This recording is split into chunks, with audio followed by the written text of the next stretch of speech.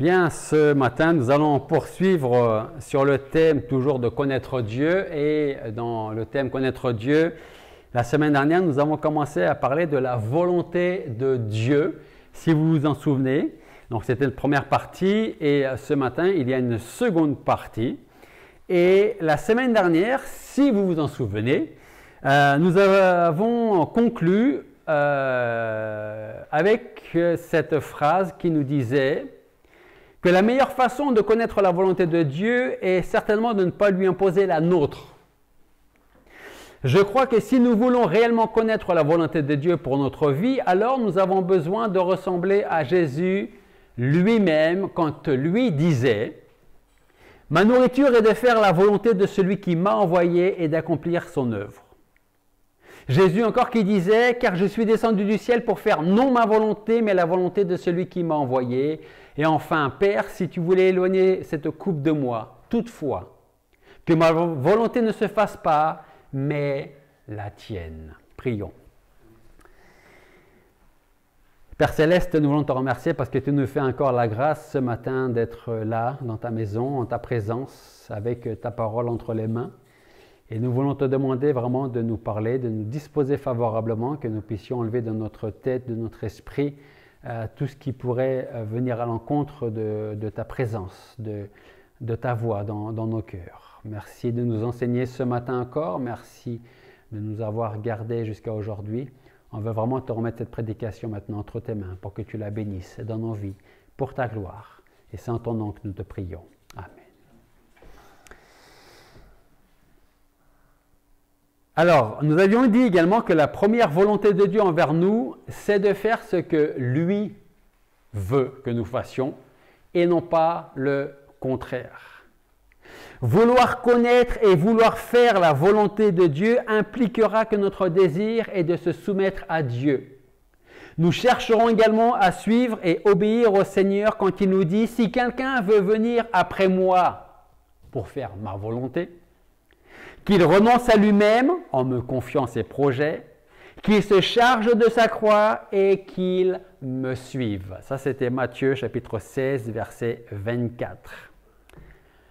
Alors, ce matin, on va continuer donc avec le thème, le sujet de la volonté de Dieu.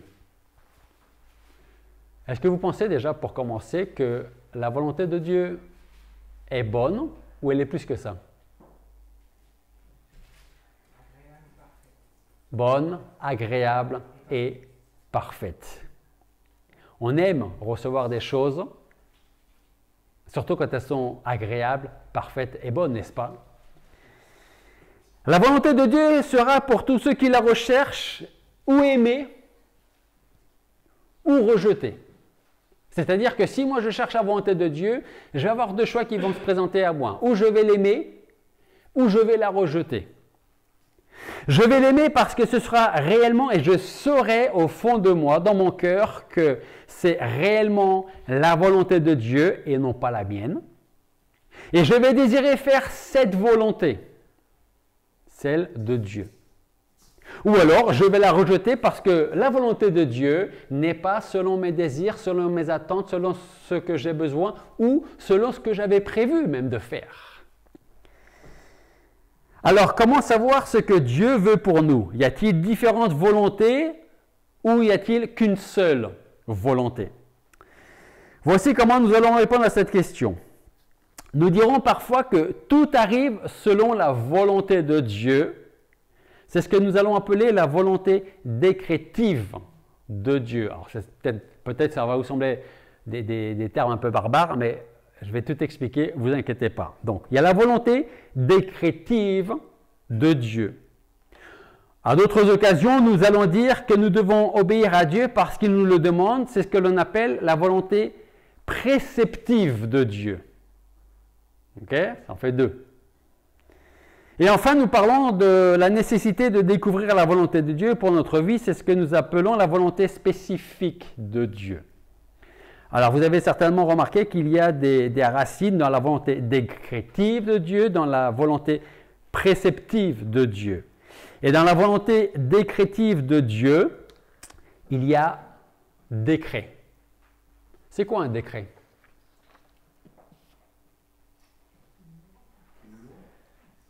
une loi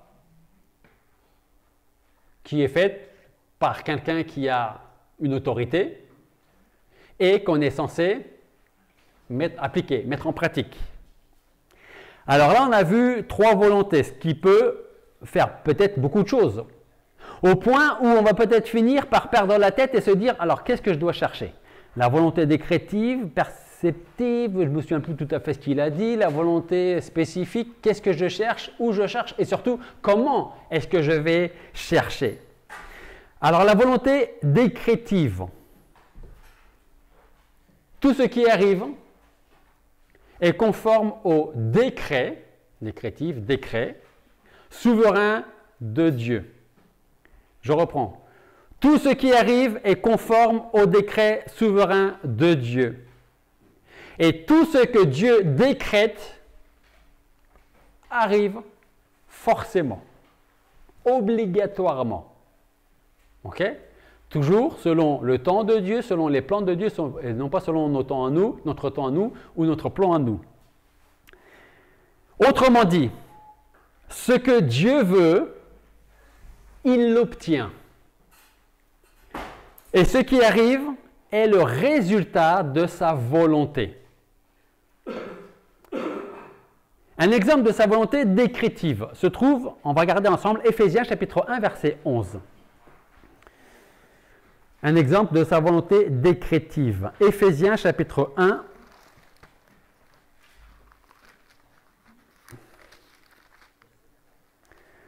Éphésiens 1, 11.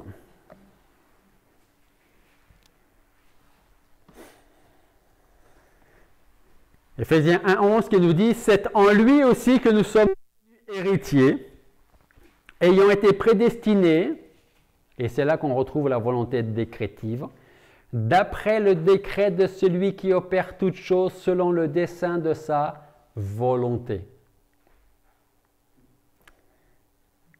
Paul, là, nous dit en Éphésiens 1, 11, « C'est en lui que nous sommes devenus héritiers, ayant été prédestinés d'après le décret de celui qui opère toutes choses selon le dessein de sa volonté. » Et je rajouterai entre parenthèses, sans rien demander à personne d'autre. C'est moi, Dieu, qui décide. Et ce que moi, Dieu, j'ai décidé, arrivera. Un autre exemple se trouve être la crucifixion de Jésus-Christ, prévue par... En fait, qui a crucifié Jésus-Christ? C'est une bonne question, ça. Qui a crucifié Jésus-Christ? Le peuple, les pécheurs, nous et Dieu. Regardez avec moi Actes chapitre 4.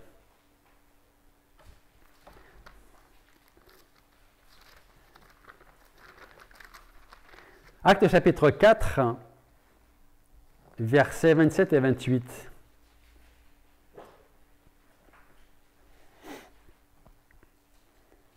Actes chapitre 4, versets 27 et 28.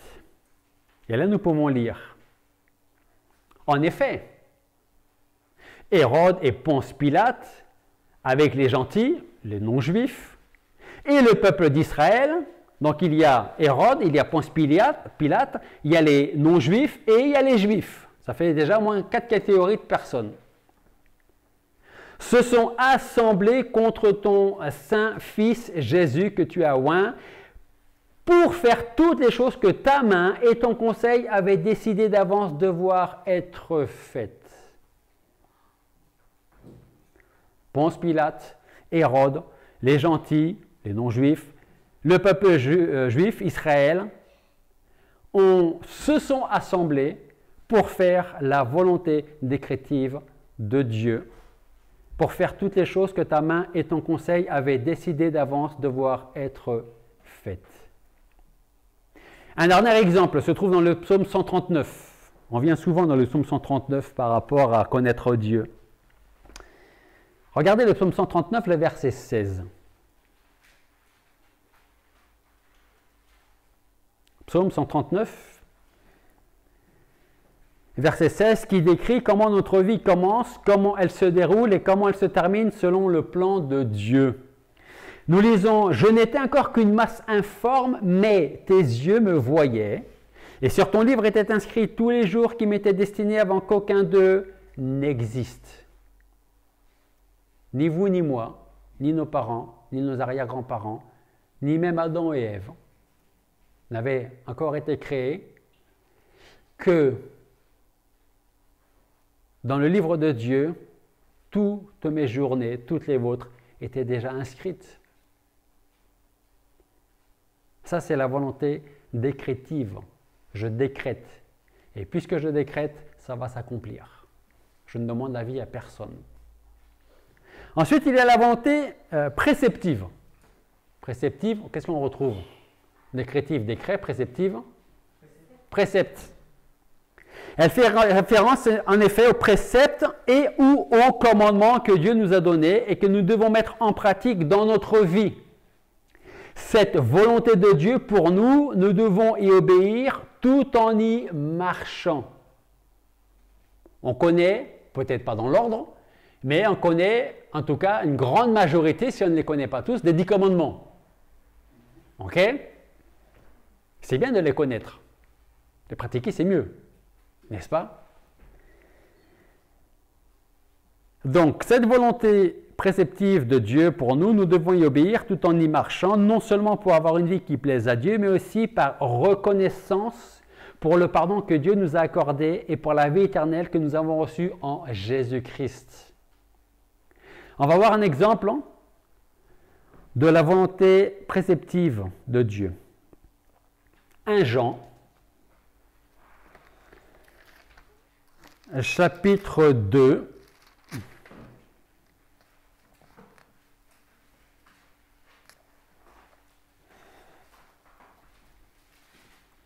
Alors on appelle ça la volonté préceptive, on pourrait l'appeler également, je l'appelle aussi parfois, vous m'avez déjà entendu le dire, la volonté révélée de Dieu. C'est-à-dire que la volonté révélée ou la volonté perceptive, elle est pour tous les chrétiens. D'accord? Ce n'est pas spécifique à un ou à un autre ou à une autre. C'est pour tout le monde, tous les chrétiens. 1 Jean chapitre 2 versets 15 à 17. Nous lisons un exemple de volonté préceptive. « N'aimez pas le monde ni les choses qui sont dans le monde. Si quelqu'un aime le monde, l'amour du Père n'est point en lui. Car tout ce qui est dans le monde, la convoitise de la chair, la convoitise des yeux et l'orgueil de la vie, ne vient point du Père, mais du monde. Et le monde passe et sa convoitise, mais celui qui fait la volonté de Dieu demeure éternellement. » Donc cette volonté-là, c'est pour nous tous ici présents et pour tous les enfants de Dieu, pour tous les chrétiens. Ok? On a un autre exemple que vous connaissez bien, Romains chapitre 12, verset 2. Romains chapitre 12, verset 2.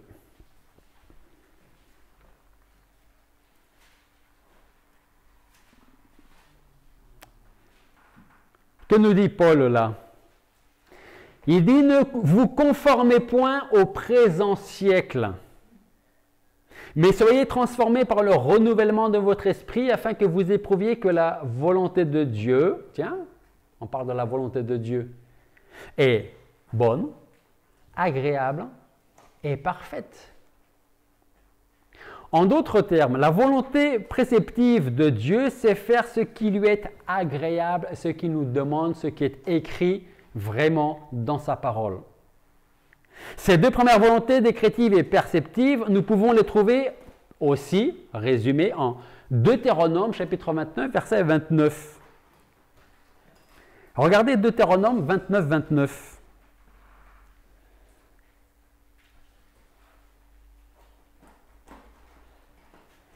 Deutéronome 29, 29.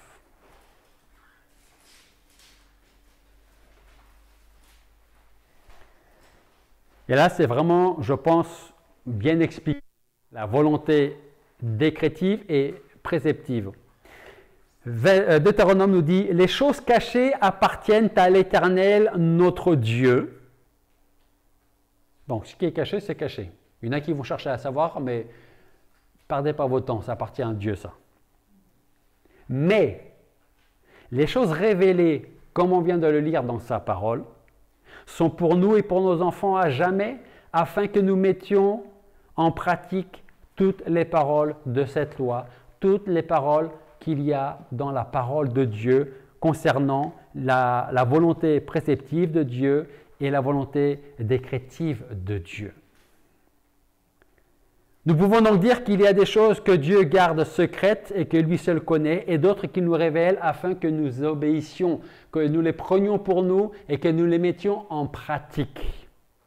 Et puis il y a la volonté spécifique pour chacun d'entre nous. Et donc la volonté de Dieu pour moi ne sera pas la même que pour ma femme, ou inversement, ou pour chacun d'entre nous ici. Quel genre de questions on peut se poser concernant la volonté spécifique de Dieu pour ma vie? Quel plan il a pour moi? Est-ce que je dois me marier avec elle ou lui? Ça peut être quoi d'autre comme question encore?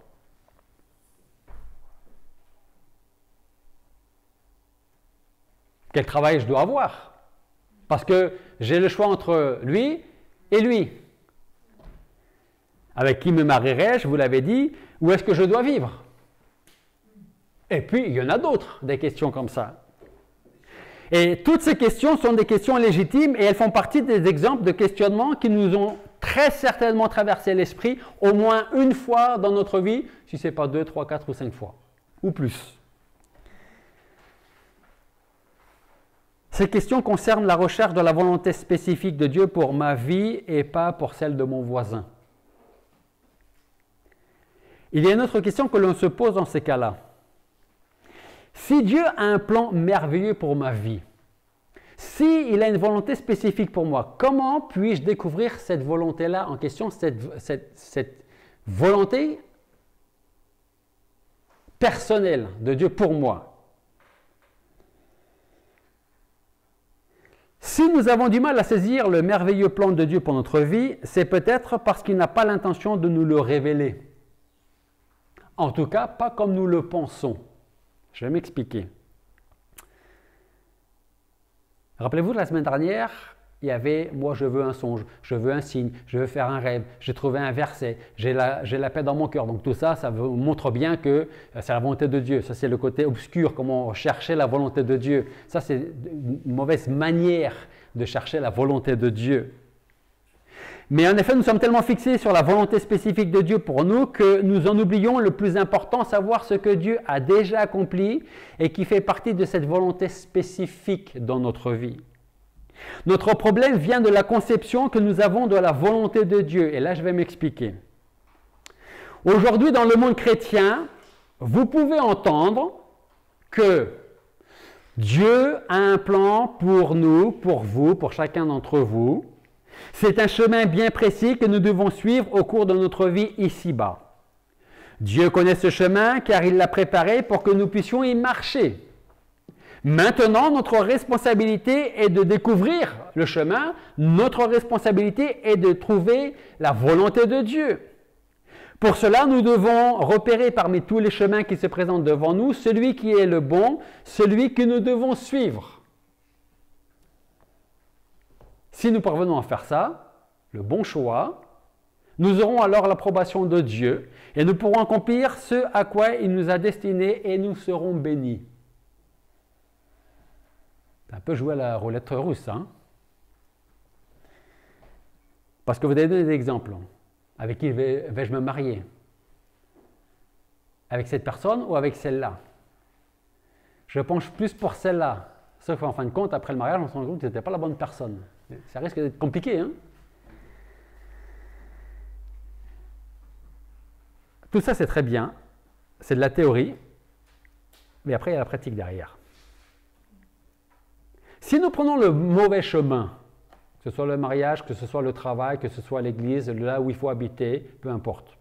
Si on prend le mauvais chemin, si on fait le mauvais choix, que va-t-il nous arriver? Si nous faisons le mauvais choix, nous risquons de nous égarer, de passer à côté de la vraie volonté de Dieu et d'errer dans un espèce de désert, tout comme Israël qui a erré pendant 40 ans dans le désert alors qu'il n'était qu'à 11 jours de Canaan. 11 jours, 40 ans, et en plus, ils sont tous morts dans le désert. En regardant en arrière dans tous les domaines de notre vie par lesquels Dieu nous a fait passer, et seulement après ça, nous nous rendrons compte que tout était planifié, spécifiquement pour chacun d'entre nous. Alors, est-ce que Dieu a des desseins cachés qu'il attend que nous découvrions avant d'entreprendre quoi que ce soit? Je répète ma question. Est-ce que Dieu a des desseins, des plans cachés, autrement dit, j'ai des plans pour toi, à toi de les trouver, qu'il attend que nous découvrions avant d'entreprendre quoi que ce soit? La réponse est non.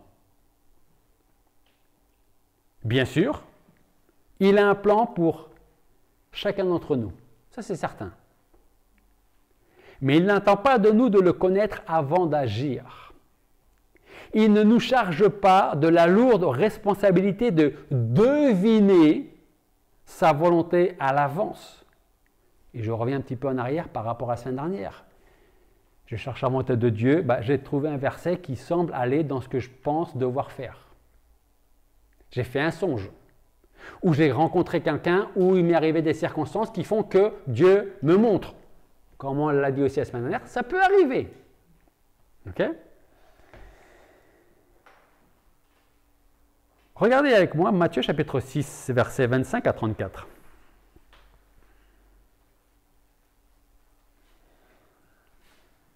Passage que vous connaissez bien.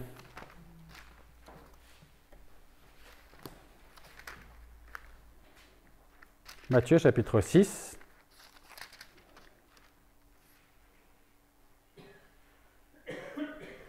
À partir du verset 25 jusqu'à la fin du chapitre.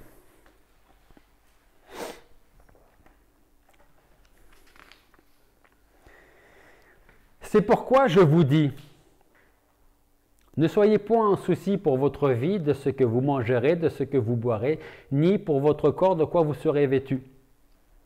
La vie n'est-elle pas plus que la nourriture et le corps plus que le vêtement? Regardez les oiseaux de l'air, car ils ne sèment, ni ne moissonnent, ni n'amassent dans les greniers, et votre Père céleste les nourrit. N'êtes-vous pas beaucoup plus qu'eux? Et qui est-ce d'entre vous qui, par son souci, puisse ajouter une coudée à sa taille? Et pour ce qui est du vêtement, pourquoi en êtes-vous en souci? Observez comment les lys des champs croissent. Ils ne travaillent pas, ils ne filent pas. Je vous dis cependant que Salomon même, dans toute sa gloire, n'a point été vêtu comme l'un d'eux. Si donc Dieu revêt ainsi l'herbe des champs qui est aujourd'hui et qui demain sera jetée dans le feu, ne vous revêtira-t-il pas beaucoup plus aux gens de petite foi? Ne soyez donc pas en souci en disant que mangerons-nous, que boirons-nous ou de quoi serons-nous vêtus, car ce sont les païens qui recherchent toutes ces choses. Et votre Père céleste sait que vous en avez besoin de toutes ces choses-là.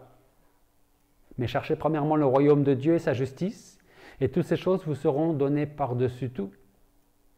Ne soyez donc pas en souci pour le lendemain, car le lendemain aura soin de ceux qui le regardent. À chaque jour suffit sa peine. Voilà comment Dieu veut nous conduire. Le secret se trouve dans les dernières paroles du passage qu'on vient de lire. Cherchez premièrement mon royaume et ma justice. Et ensuite, une fois que vous aurez trouvé ça, eh bien, toutes ces choses dont vous avez besoin, vous allez les recevoir. Si vous recherchez à trouver et à faire ma volonté, mais que vous ne recherchez ni mon royaume ni ma justice, je ne vais pas vous dévoiler ma volonté, puisque vous ne recherchez pas premièrement ni mon royaume ni ma justice. Autrement dit, posez-vous la question, comme on l'a vu la semaine dernière, pourquoi cherchons-nous réellement la volonté de Dieu pour notre vie? On devrait répondre à cette question. Et une fois qu'on a répondu, on devrait alors faire le second pas. Chercher premièrement mon royaume et ma justice. Et tout ce qui doit venir après, on a eu des exemples de ce que je vais être, comment je vais être vêtu, ou qu'est-ce que je vais manger, toutes les choses normales de la vie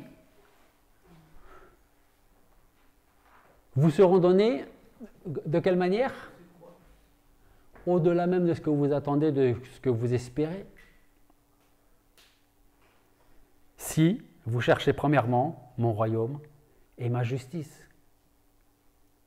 Pourquoi est-ce que tu cherches à connaître ma volonté? Est-ce que tu veux vraiment la faire ou pas? Hein? Est-ce que je suis important dans ta vie ou pas?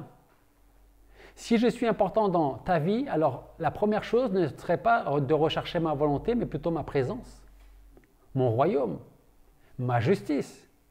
Et quand tu seras disposé comme ça, alors on se parlera, je te parlerai et tu m'entendras. Et je vais te conduire. Et je vais te diriger. Et je t'expliquerai les choses. Alors ne sois pas en souci pour le lendemain, parce que le lendemain aura souci de ce qui le regarde. À chaque jour suffit sa peine.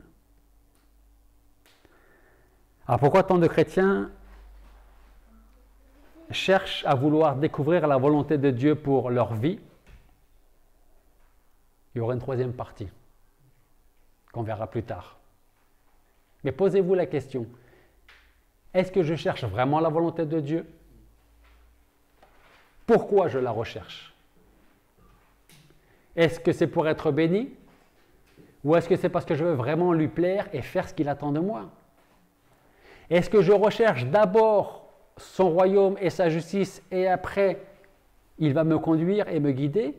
Ou est-ce que je cherche à connaître d'abord sa volonté? Ce qui est formidable avec la parole de Dieu, c'est qu'il nous donne le mode d'emploi. Hein? Vous voulez savoir des choses? Pas de souci. D'abord, connais les choses qui me concernent. Recherche mon royaume et ma justice. Et ensuite, je t'expliquerai. Prions. Père Céleste, nous voulons te remercier parce que ce matin encore, tu nous as fait la grâce d'être dans ta maison. Et si nous sommes là, comme nous venons de le lire, c'est parce que, en tout cas, je l'espère, nous voulons d'abord et en premier lieu rechercher ton royaume, ta justice, ta présence auprès de nous, ta présence dans notre vie. Seigneur, je veux te remercier parce que nous savons que tu es toujours avec nous, c'est toi qui nous conduis, c'est toi qui nous enseignes, c'est toi qui nous parles. Et Père Céleste, nous voulons te remercier parce que tu n'es pas un Dieu muet. Même s'il y a des choses qui te concernent, qui sont cachées à nos yeux, c'est parce que c'est ainsi qu'est ta volonté. Aide-nous premièrement à mettre en œuvre dans nos vies cette volonté révélée, préceptive que nous avons dans ta parole, ce que nous pouvons lire. Aide-nous à mettre cela premièrement en œuvre dans nos vies, avant de rechercher une autre volonté spécifique me concernant. Aide-nous, aide-moi à marcher dans les pas de notre Seigneur Jésus-Christ, à lui ressembler chaque jour un peu plus et à être agréable de cette façon. Merci de bénir ton Église ici, bénir tous ceux qui vont écouter ce message par la suite et de parler dans les cœurs. Et c'est en ton nom que nous te prions. Amen.